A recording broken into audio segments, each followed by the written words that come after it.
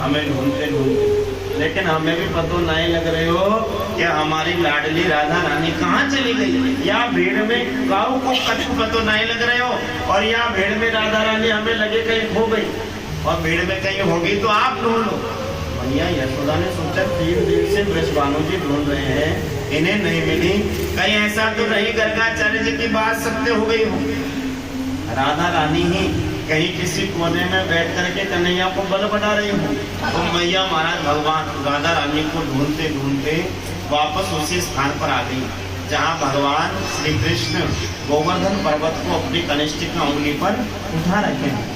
और महाराज जिस शिला के ऊपर खड़े होकर भगवान ने पर्वत को उठा रखा है, ध्यान दीजिए, जिस आपने ये कथा सुनी नहीं होगी कभी, ये बड़ी गुप्त और रहस्य कथा है। ये महाराज जब जिस शिला के ऊपर खड़े होकर के भगवान श्री कृष्ण ने गोवर्धन पर्वत को उठा रखा है, उस शिला के बिल्कुल ठीक पीछे ईश्वरी जी बैठी हुई, राधा रानी बैठी हुई, और राधा रानी भ्रकुटी टेढ़ी करके गोवर्धन पर्वत की ओर देख रही है, और राधा रानी के नेत्रों से एक प्रकाश पुंज प्रकट हो रहा है, और उस प्रकाश पुंज के ऊपर गोवर्धन पर्वत टिका हुआ है। भगवान तो नाटक कर रहे हैं उठाने का, हकीकत में उठाया तो राधा रानी ने है, लेकिन ये बड़ा गुप्त रहस्य है। संतों के पास बैठने से ऐसे गुप्त रहस्य पता लगते हैं। तो राधा रानी के नेत्रों से निकलने वाले प्रकाश पुंज के ऊपर गोवर्धन पर्वत टिका हुआ है, और भगवान कृष्ण तो केवल नाटक कर रहे हैं कि मैंने उठाया है। लेकिन जब ब्रजवासियों ने पूछा कि कन्हैया तूने इतना भारी पर्वत कैसे उठाए हो, तो भगवान ने झूठ नहीं बोला, भगवान ने बता दिया ब्रजवासियों को, कछु माखन को बन बन्यो, कछु को बन करी सहा, श्री राधा जो की कृपा सो मैंने गिरवर लियो उठा। ईश्वरी जी की कृपा से ही मैंने गोवर्धन पर्वत को उठाया है। ये बात स्वयं भगवान श्री कृष्ण ने ब्रजवासियों से कही। आज महाराज 7 दिन 7 रात्रि तक भयानक वृष्टि हुई, और महाराज ऐसी वृष्टि हुई कि सभी ब्रजवासी घबराने लगे। लेकिन जैसे भगवान ने गोवर्धन पर्वत को धारण किया, तो इंद्र ने सोचा कि 7 दिन में तो ब्रजमंडल डूब गया होगा, इसलिए अपने गणों को भेजा, जाओ यदि ब्रजमंडल डूब गया हो तो बारिश का जल रुकवा दो। गण आए, आकर के देखा ब्रजमंडल में तो पानी की एक बूंद नहीं है, धूल उठ रही है। परीक्षित ने कहा, गुरुदेव 7 दिन 7 रात्रि भयानक वृष्टि हुई, तो कितना बारिश का जल गया कहाँ? तो महाराज सुखदेव जी ने कहा, जब इंद्र ने बारिश करना प्रारंभ किया और भगवान ने जब गोवर्धन पर्वत को उठाया, तो शेष नाग ने आकर गोवर्धन पर्वत के चारों ओर बांध बना लिया। बांध बना करके शेषनाग जी बैठ गए, और एक कोने पर सुदर्शन चक्र आकर के उस जल को सुखाने लगा, और दूसरे कोने पर जिधर ढलान थी उधर अगस्त्य मुनि आकर बैठ गए और जल का पान करने लगे। परीक्षित ने कहा, अगस्त्य मुनि कहाँ से आ गए? अगस्त्य मुनि यहाँ कैसे आए? अगस्त्य मुनि तो सतयुग के हैं। लेकिन महाराज श्री सुखदेव जी ने कहा, राजन अगस्त्य मुनि सतयुग में भी थे, त्रेता युग में भी थे, और आज भी है, द्वापर में भी। तो कहा कि जब भगवान श्री राम रावण आदि दुष्टों का संहार करके वापस अयोध्या लौटे, तो आते ही सीता जी ने नियम लिया एक ब्राह्मण को भोजन कराने का। रोज एक ब्राह्मण को बुलाती, प्रेम से भोजन कराती। एक दिन माँ जानकी ने राम जी से कहा कि जिस भी ब्राह्मण को बुलाते हो थोड़ा बहुत खा के चला जाता है, मैं संतुष्ट नहीं हो पा रही। कोई ऐसा ब्राह्मण आए जो खूब खाए, मेरा मन नहीं भरे, मैं खिलाती रहूं लेकिन उनका पेट नहीं भरे, ऐसा ब्राह्मण आए। राम जी ने कहा, अच्छा जानकी ऐसे ब्राह्मण को बुलाना चाहती हूँ, तो ध्यान दो जानकी जी, अभी धरती वीरों से खाली नहीं है। ऐसे ऐसे ब्राह्मण है अभी पृथ्वी पर कि आप खिलाते थक जाओ, वो खाते नहीं थे। जानकी जी ने कहा, अपने मंत्र दीजिए यदि किसी को जानते हो। भगवान ने ध्यान किया अगस्त्य मुनि का, और कहा, हे अगस्त्य मुनि जी आओ, हमारे यहाँ पर आकर के सीता जी के हाथ से भोजन स्वीकार करो। अगस्त्य मुनि जी प्रकट हो गए। हमारा अगस्त्य मुनि देखने में बिल्कुल पतले दुबले, एक एक हड्डी के लोग, ऐसा उनका शरीर। जानकी जी देखते कहने लगी कि महाराज आप ब्राह्मण बुलाए हो या फिर महाराज ये कितना खाएंगे? भगवान ने कहा आप तैयारी तो करो जानकी।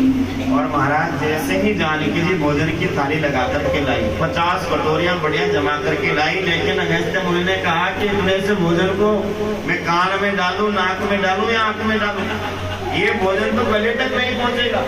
जानकी जी ने सोचा कि आज तो बढ़िया ब्राह्मण आया, खूब आनंद आएगा खिलाने।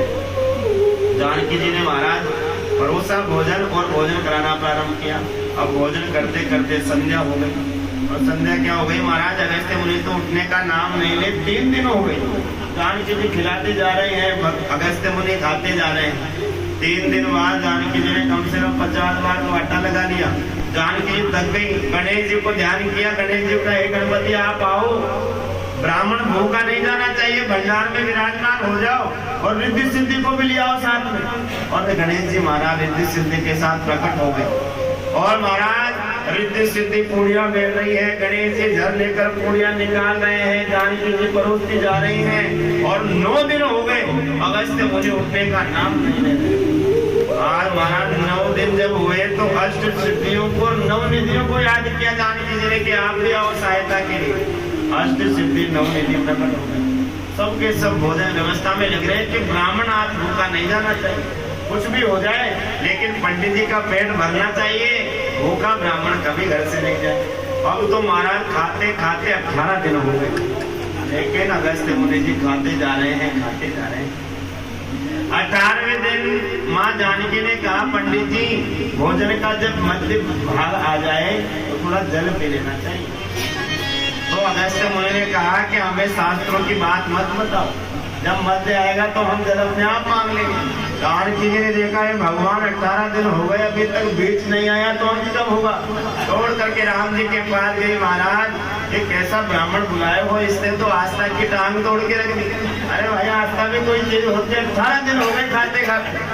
राम जी ने कहा क्यों आप भी कहती थी कि ऐसा ब्राह्मण बुलाओ खिलाओ भोजन। जानकी जी ने क्षमा याचना की, प्रभु मुझे क्षमा करें, पंडित जी भूखे नहीं जाने चाहिए, अब क्या करूं आप बताओ। भगवान ने कहा एक तुलसी दल ले जाकर के ब्राह्मण की थाली में परोस दो, पंडित जी का पेट भर जाएगा।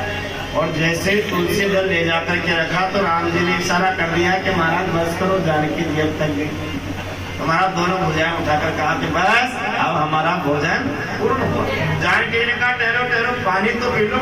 राम जी ने कहा रुक जाओ सीता जी, अरे भोजन कराने में 18 दिन निकल गए, यदि जल पिलाओगी तो अयोध्या का पूरा जल सूख जाएगा, लेकिन अगस्त्य मुनि की प्यास नहीं बुझेगी। ये अगस्त्य मुनि वही हैं जिन्होंने एक बार महाराज समुद्रों का पान कर लिया था, संपूर्ण समुद्र को पी गए थे, ऐसे अगस्त्य मुनि जी। तो भगवान से राम ने कहा कि अभी राम जन्म में आपको भोजन कराया है, और जब कृष्ण जन्म लेकर आऊंगा तब इंद्र जब ब्रजवासियों पर कुपित होकर भयानक वृष्टि करेगा तो उस वृष्टि का संपूर्ण जल आप पी जाना। वही अगस्त्य मुनि आकर के आज भगवान की आज्ञा मान करके संपूर्ण जल का पान कर गए। अब महाराज इंद्र को पता लगा कि मैं जिसे वाचाल कन्हैया ग्वाला समझ रहा था वह तो साक्षात नारायण ही है, और महाराज मुझसे भूल हुई है, मुझे क्षमा मांगनी चाहिए। इंद्र आया दौड़ा दौड़ा और भगवान के चरण पकड़ करके 10 श्लोकों में भगवान की बड़ी सुंदर स्तुति इंद्र ने की है। विशुद्ध सत्वं तव धाम शांतं तपोमयं ध्वस्तरजस्तमस्तम् मायामयोऽयं गुणसंप्रवाहो न विद्यते ते ग्रहणानुबन्धः।